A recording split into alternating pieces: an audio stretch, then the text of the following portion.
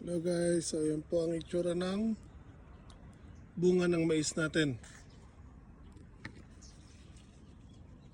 Ganda ng kulay. So, as of now, wala pang mga laman yan. Makikita nyo manipis pa. Pero sa isang puno ng mais, meron po tayong 3 na bunga. Ito naman sa katabi niya, 2 lang. Yung isa. Dito, meron din tayong 3. Katabi niya, 2. Doon sa likod, 3. Dito, sunflower yan, di mais. Ito may 3 pero isa pa lang nakalabas. Yung 2 yung nakadungaw na o nakasilip na. Ito maganda na, may